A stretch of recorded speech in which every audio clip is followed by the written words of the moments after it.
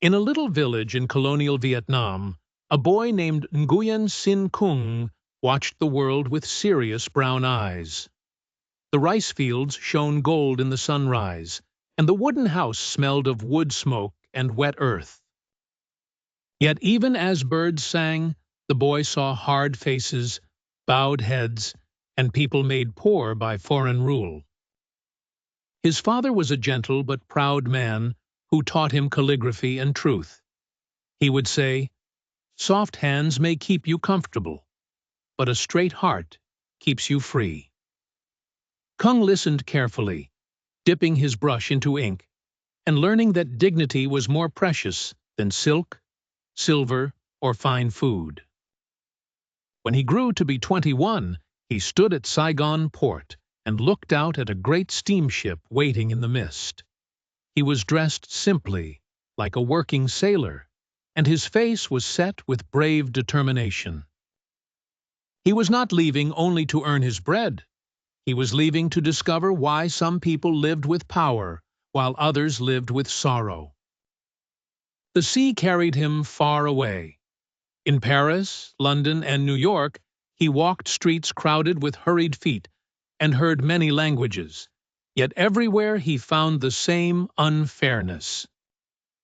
Rich men ate well, while poor workers shivered in the rain. The boy from the rice fields began to understand that injustice could wear any hat and speak any tongue. In a dim meeting room in 1920, he sat among thinkers and revolutionaries, reading papers by lamplight. Ideas flashed in his mind like sparks in dry grass. If nations were born free, why should his people kneel? If the oppressed were many, why should they remain divided? There he chose his path. He would fight for those who had no voice. Years passed. He changed his name, crossed borders, and learned patience as well as courage. At last, in 1941, he returned to Vietnam and stepped into the green shadows of the jungle. Around him gathered resistance fighters with tired boots and shining hopes. He spoke quietly, but his words were like a drumbeat. Their country must belong to its own people. Then came 1945.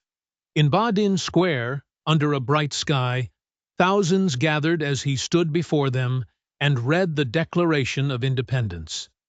The crowd held its breath, then seemed to surge like a mighty wave. For one shining moment, the dream of freedom sounded as real as the bells of the city. But peace did not arrive easily. From 1946 to 1975, war rolled across the land like a storm that would not end. Forest paths darkened with smoke, and families waited for sons who might never return. Yet his name became a lantern in the dark, a promise that Vietnam would stand together, no matter how long the road. Even with power, he lived simply. In a small wooden house on stilts, he wrote at a plain desk and listened to the world through open windows. He believed a leader should not float above the people, but walk beside them. That was his quiet strength. When he died in 1969, the story did not end. Today, visitors come to remember him, and the morning light still falls softly over Hanoi. To many, he remains a boy who learned justice in a village, a traveler who searched the world for answers, and a leader who helped his nation find its voice.